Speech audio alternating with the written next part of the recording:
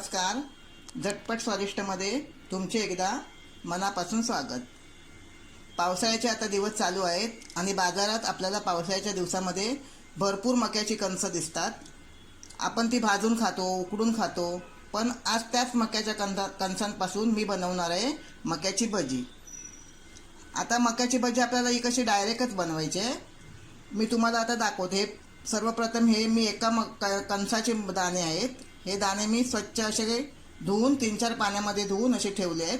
आता हे दाणे आपल्याला काय करायचे आहेत, पहिल्यांदा गरम पाण्यात टाकून उकळून घ्यायचे आहेत. आता मी गरम पाणी तापत ठेवलं आहे आणि त्या पाण्याला चांगलं आता हे पाणी तापलं, पण आता उकळीसुद्धा येणार आहे त्याला. तर आता त्याच्यामध्ये हे मी दाणे टाकते.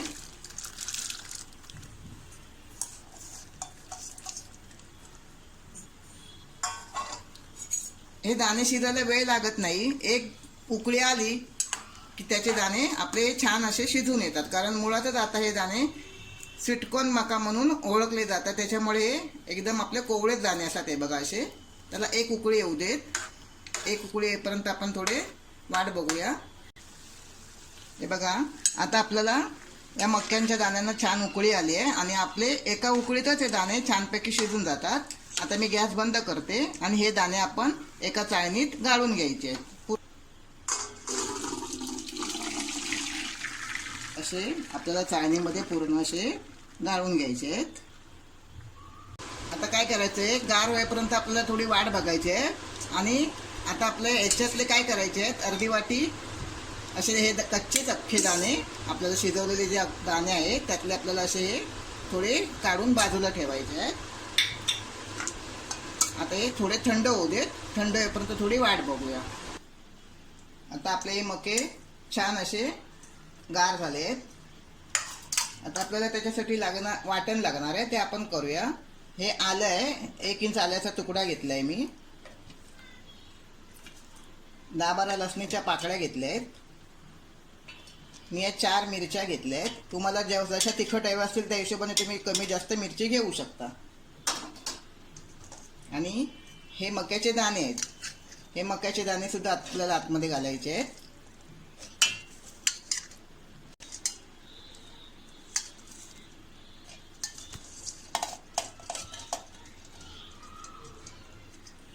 आणि हे आपल्याला पाणी न घालता जाडसर असे, म्हणजे एकदम बारीक नाही आणि एकदम जाडही नाही, जाडसर असे आपल्याला असे वाटून घ्यायचे आहेत. मी आता मिक्सरला लावून घेते.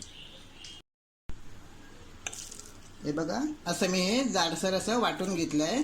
आणि आपल्याला असं जाडसरच वाटून घ्यायचं, एकदम बारीक करायचं नाही आहे. आता मी हे एका आपल्या भांड्यामध्ये काढून घेते.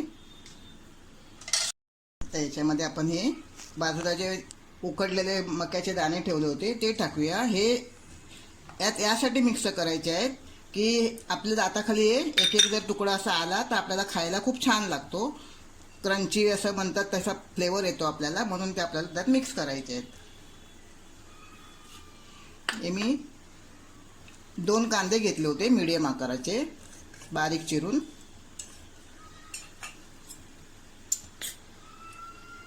दोन चमचे आपल्याला तांदळाचं पीठ टाकायचं आहे. तांदळाच्या पिठाने काय होतं, आपल्या भजीला छान असा कुरकुरीतपणा येतो. मी थोडासा ओवा असा हातावर मळून टाकणार आहे. ओव्याने आपलं काय होतं, आपल्याला खाल्लेला सगळा जो आपण जे काही खातो पचायला मदत होते, सहजपणे पचतं.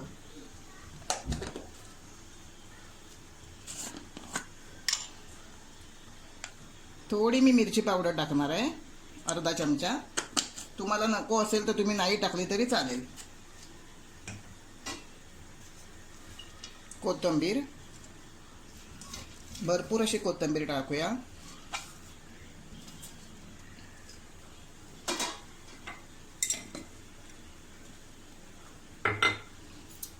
बेसनचं पीठ,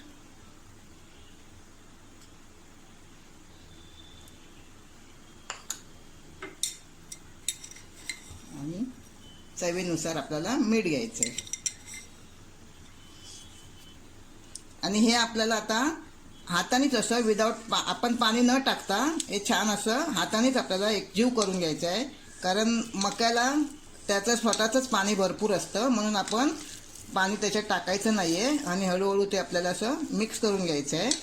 जर लागलं तर आपल्याला पुन्हा बेसनचं पीठ थोडं वाढवायचं आहे, कारण मक्याच्या भज्या काय होतात, आपण तेलात ज्या वेळेला सोडतो त्यावेळेला कधी कधी सुटतात आणि म्हणून त्यासाठी आपल्याला थोडंसं त्याच्यामध्ये जर सुटत असतील पहिल्या वेळेला तर आपण थोडंसं त्याच्यात बेसनचं पीठ अजून टाकायचं आहे.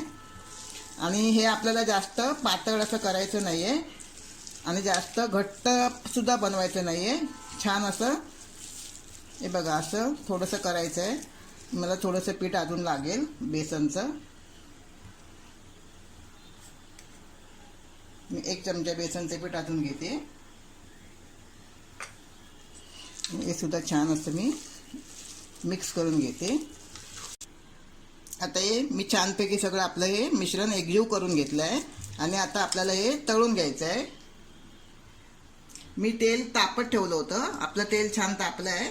आता आपण त्याच्यामध्ये छोट्या छोट्या अशा आणि ह्या भाज्या घालताना आपल्याला अशा बारीक बारीकच टाकायच्या आहेत. तुम्हाला हाताने घालायला जमत नसेल तर तुम्ही चमच्याने सुद्धा अशा बारीक बारीक टाकू शकता आणि आपल्याला मध्यम आचेवरच तळून घ्यायचे आहेत, म्हणजे त्या आतून छानपैकी शिजल्या जातील. आणि तुमचं जर अशी भजी टाकताना जर भजी अशी सुटत असेल आतमध्ये तर थोडं आपण बेसनचं पीठ पुन्हा त्याच्यामध्ये मिक्स करायचं आहे.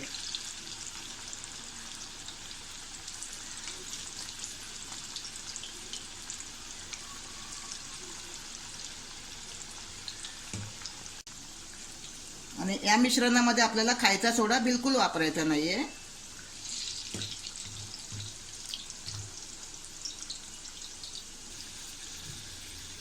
आता आपला थोडासा रंग बदलला आहे, पण आपल्याला हे सोनेरी रंग असा येईपर्यंत आपल्याला थोडासा या भाज्या आपल्याला तळून घ्यायच्या आहेत.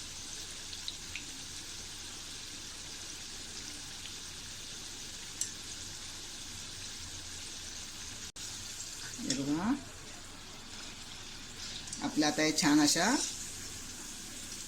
खरपूस रंगावर तळून झाले आहेत. आता आपण छान अशा काढून घेऊया.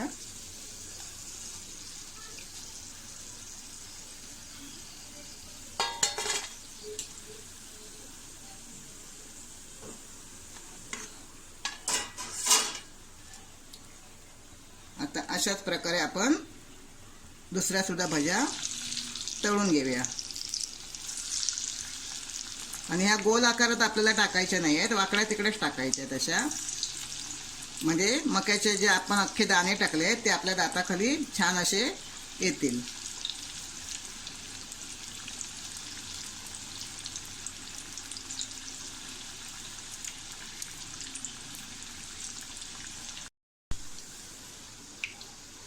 हे बघा अशा प्रकारे मी सगळ्या भाज्या छान अशा तळून घेतल्या आहेत.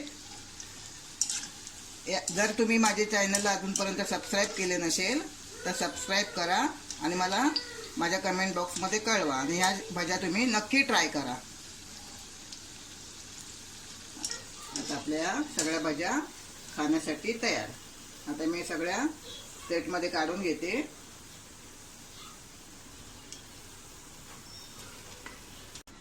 या भाज्या तुम्ही आपल्या टॅमॅटो केचप सोबत, सॉस सोबत, किंवा जर आपल्याकडे कधी एखाद्या वेळी आपल्याकडे भाजी नसेल आता त्यावेळेला आपण तोंडी लावण्यासाठी सुद्धा आपण या भाज्या खाऊ शकतो.